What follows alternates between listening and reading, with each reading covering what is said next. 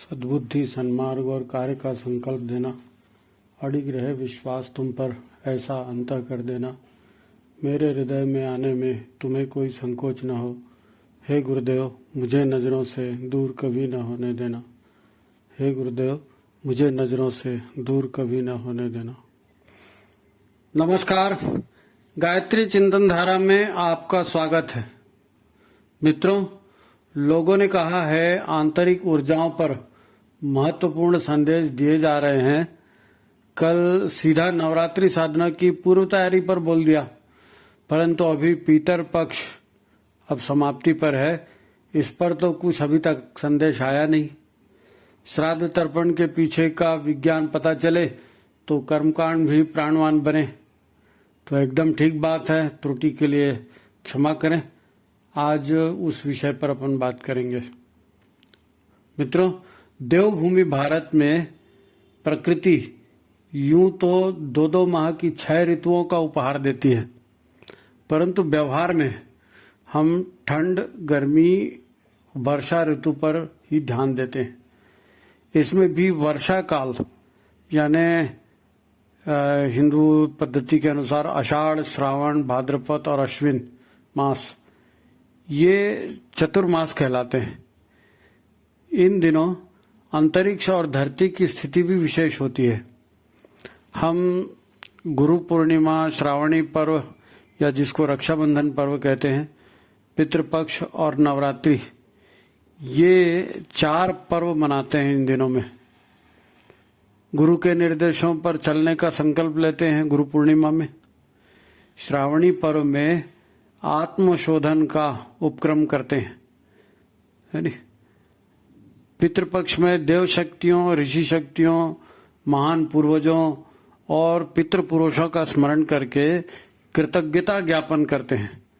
उन्हें श्रद्धा समर्पित करके उनका पूजन करते हैं। वहीं नवरात्रि में मां आदिशक्ति की ओर अपनी जीवन धारा को मोड़ने के लिए, उनसे शक्ति और आशीर्वाद प्राप्त करने के लिए विशेष रूप से तप करते हैं। यह बड़ी सुंदर, अद्भुत और वैज्ञानिक परंपरा है। जीवन की सफलता के लिए इसे समझना चाहिए। देखिए, सृष्टि से पहले जब परमात्मा के अलावा कुछ भी नहीं था, तब से आज तक की सृष्टि यात्रा को देखो। त्रिगुणात्मक प्रकृति बनी 17 स्तंभ, फिर अहंकार बना, साथ साथ चेतना का योग हमें सारे परिवर्तन अब तक दिखाते आया है। स्थूल जगत और प्राणी जगत का क्रमशः विकास इसमें स्पष्ट दिखता है। हम अपने आप को मनुष्य या कोई बहुत बड़ा तोपचंद भी मान लें तो इससे कोई फर्क नहीं पड़ता। हम हैं, हमारी स्थिति है। हमारे बड़े और सामर्थ्यवान होने में प्रकृति के विकास, ईश्वर की विधि व्यवस्था और ईश्वरीय चेतना का ही योगदान है। ये तो हमारा अहंकार है जो हमें बताता है कि मैं बहुत बड़ा हूं और मैं तोपचंद हूं और मैं विशेष हूं और खास हूं। सच तो यह है कि हमारा अकेले का कोई अस्तित्व ही नहीं है। हम कोई स्वयंभू हैं जी। प्रकृति और चेतना की विकास यात्रा का एक पड़ाव मात्र है हमारा जीवन। हर जन्म में हम अपने आप को महान कहते रहे। कभी कुछ सीखा, कुछ खोया, कुछ पाया और मर गए बस। फिर जन्म लिया तो फिर बड़े तोपचंद हो गए हम। ये ऐसे ही अहंकार के साथ अपने आप को बड़ा मानते रहे हम। तो ऐसे नहीं, बात को समझने की कोशिश करनी चाहिए। देखिए, गणित, भूगोल, भाषा, समाजशास्त्र, चिकित्सा शास्त्र, नृत्य, संगीत, पाक कला, ये सब जो ज्ञान हमारे पास में है, हमें मिला है, देवताओं, ऋषियों, महापुरुषों के ऋण इसमें शामिल है। उनके अनुदान से यह हमें मिला है। मुफ्त में मिला है, ठीक है। बाप दादाओं ने किताब लिया, लिखा, पढ़ा दिया, स्कूल में पढ़ा दिया, लेकिन वो ज्ञान की परंपरा कितने दिनों से चल रही है। कितने दिवंगत लोगों ने कितना संभाल कर रखा है इस धरती को आज तक, जरा सोच कर देखो। कितने साधन, सुविधाएं, ज्ञान और अनुभव उन्होंने हमारे लिए जुटाया। वो तो मर खप गए, लेकिन ज्ञान और अनुभव तो छोड़ गए हमारे लिए। उसी के आधार पर तो हम बड़े और प्रगतिशील होने की बात करते हैं। वो सब भूल जाओगे जी उनके अनुदान। देखो, सिर्फ 2 पीढ़ियों से प्रकृति का विनाश शुरू हुआ, तो आज ग्लोबल वार्मिंग जो बोलते हैं ना, पर्यावरण में गर्मी बढ़ गई, तो वो ग्लोबल वार्मिंग को हम झेल रहे हैं ना। दुनिया में अब अभियान चल रहे हैं, पेड़ लगाओ रे, पानी रोको रे, है, अगली पीढ़ी का क्या होगा, पर्यावरण बिगड़ गया है। ये सब क्यों है?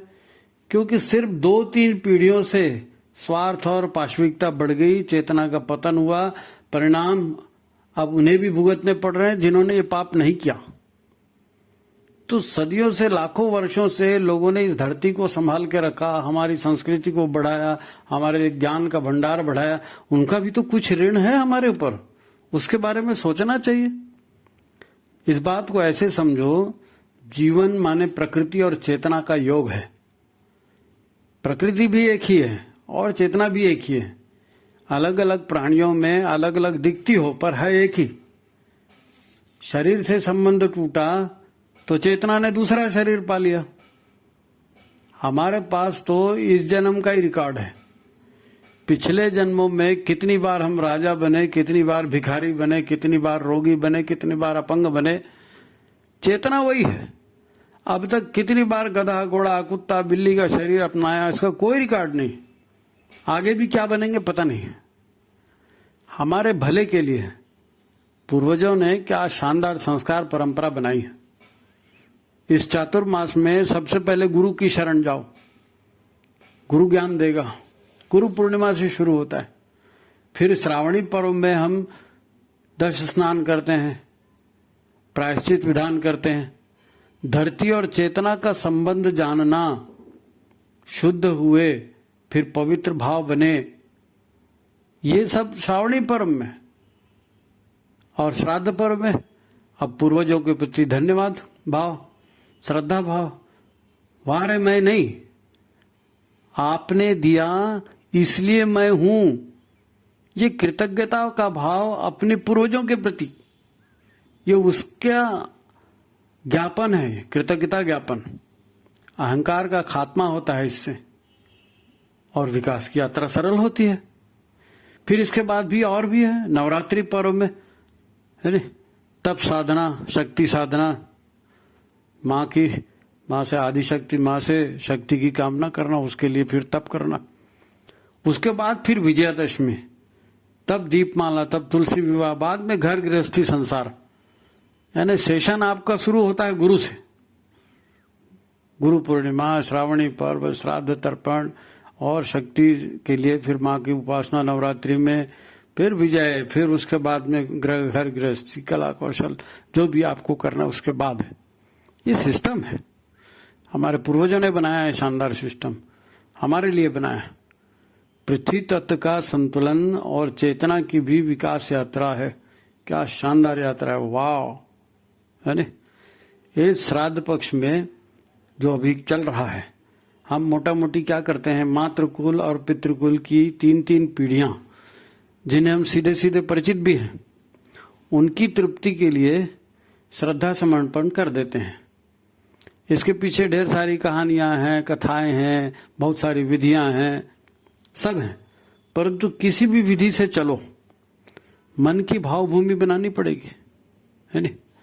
बिना मन का संयुक्त हुए, बिना मन के जोड़ के फिर श्रद्धा कैसे उपजेगी? बिना श्रद्धा के श्राद्ध कैसे होगा? उनके उपकार को समझे बिना श्रद्धा नहीं उपज सकती। केवल यहाँ वहाँ तिल पानी जौ उड़ेल देना, नहीं ऐसा नहीं, ऐसा करते हैं, ये फूल नहीं, ये फूल, ये हल्दी नहीं, वो हल्दी नहीं। मेन तो है आपकी श्रद्धा और पितरों की तृप्ति के लिए। यदि आप उटपुटांग काम करेंगे, आज पितर खुश हो रहे होंगे क्या ग्लोबल वार्मिंग हो रही है तो, कि हमारे बच्चों ने देखो धरती को कैसा तहस नहस कर दिया, वो ज्यादा रो रहे होंगे, ज्यादा दुखी होंगे। तो उनकी तृप्ति के लिए फिर आप वृक्ष लगाइए, तालाब बनाइए। उनका खुश होना, उनका तृप्त होना जरूरी है। उनके उपकार समझे बिना श्रद्धा उपजेगी नहीं, है नहीं। श्राद्ध कर रहे हैं तो उनके उपकारों को एक बार स्मरण करें, पितरों के प्रति श्रद्धा समर्पित करेंगे, अपने जीवन को लोक उपकारी बनाएंगे, है नहीं। जनता के हित हमारे शरीर से होने चाहिए, यज्ञमय जीवन, तभी तो पितर हमारे प्रसन्न होंगे। वो पितर जो है वो सूक्ष्म चेतना के रूप में है ना, तो फिर प्रसन्न होकर अदृश्य रूप में ही सही वो पितर आपकी सहायता भी करेंगे, है? पितर सहायता भी करते हैं। ये सूक्ष्म शक्तियों का विज्ञान है श्राद्ध तर्पण, जादू टोना नहीं है, कोई भूत प्रेत वाला काम नहीं है। हाँ, यदि कोई पितर प्रेत योनि में पड़ गया है तो उन्हें भी तृप्त कर सकते हैं इसकी विधि से। आपको बताया जाएगा, उसका बहुत लोग बताएंगे तृप्ति के लिए क्या करना है। हम तो ये कह रहे हैं कि आप किसी भी विधि से करिए, भावपूर्ण और श्रद्धा के साथ करिए। देखो, आत्मा तो परमात्मा का ही अंश है नहीं? न तो कौन किसकी माँ, न कौन किसका बाप, कहाँ तक पता चलेगा? ऐसे थोड़ी भाई हजारों जन्म हो गए, उस हिसाब से देखो तो हमारे हजारों लाखों माता पिता, हजारों लाखों करोड़ों पुत्र पुत्रियां, है ना? ये सब इसका अंदाज लगाना मुश्किल है। ये कोई अलग अलग इंसान या अलग अलग आइडेंटिटीज को मत समझिए। ये हमारा अहंकार है जो हमको इन सब से अलग करता है, बांटता है, अलग अलग अनुभव कराता है। अब जीवन चलाने के लिए ये जरूरी है, तो ये ठीक है वहां तक, लेकिन जानकारी में ये होना चाहिए कि प्रकृति सारी एक है, परमात्मा सारा एक है नी? एक ओंकार सतनाम कर्ता पुरुष, वही एक है, वही एक सत्य है, वही करता है परमात्मा, है नी? तो वैसा स्मरण करें। शानदार परंपरा है, श्राद्ध तर्पण उसी की कड़ी है ना? कुल मिलाकर ये जो पर्व है, ये सर्वे सुखिनः सन्तु सर्वे सन्तु निरामया का जीवन आदर्श पाने का ये कार्यक्रम है। हम इससे अलग थलग हो नहीं सकते।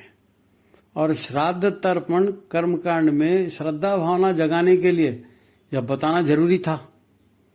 कौन करता है ऐसा और कौन नहीं करता है, इसके पीछे विवाद मत करो। नहीं साहब, हमारे यहाँ बड़ा भाई करता है, नहीं छोटा भाई करता है, नहीं वो जिंदा है वो करे, नहीं वो जिंदा है वो करे। अरे भाई, विवाद में मत पड़ो। हमारे हिसाब से तो हर किसी को करना चाहिए। भगवान ने सबको जन्म दिया है, कौन छोटा कौन बड़ा, है ना? अपने भीतर श्रद्धा जगाना। मेरे बाप में मेरे भाई ने अगर MBBS कर दिया तो मैं पढ़ाई मत करूं, ऐसा नहीं होता ना। हम सबका अपना अपना जीवन है। मनुष्य अकेला पैदा होता है, अकेला मरता है और अकेला अपने कर्मों का फल भोगता है। तो कर्तव्य हमको करने चाहिए। बड़ा भाई करता है, अच्छी बात है, करने दो ना, हम भी करेंगे, क्या दिक्कत है? तो ठीक है, ये होना चाहिए। मन लगे तो मन लगाकर करो। आपके मन में बात जचती तो मन लगाकर, और सर्व पितृ मोक्ष अमावस्या के दिन सारे पितरों को अपनी श्रद्धा समर्पित करो और उनकी विदाई करो। बाकी करते हैं तो ठीक है, नहीं करते हैं तो आपकी मर्जी। आपने सुन लिया, यही बहुत है, तो ठीक है। अच्छा, सुझाव देने भाई बहनों का धन्यवाद, है नहीं? ऐसे ही सुझाव देते रहें। गायत्री चिंतन धारा सबके लिए है, तो सब लोग इस चैनल को आगे बढ़ाएं, सुझाव देते रहें। चैनल को लाइक करें, सब्सक्राइब करें, शेयर करें और ज़्यादा से ज़्यादा लोगों तक इस भारतीय संस्कार परंपरा, भारतीय चिंतन को पहुंचाने में योगदान करें, ताकि सब सुखी हो सके, सबका जीवन बेहतर हो सके। तो ठीक है, आज की बात समाप्त। नमस्कार।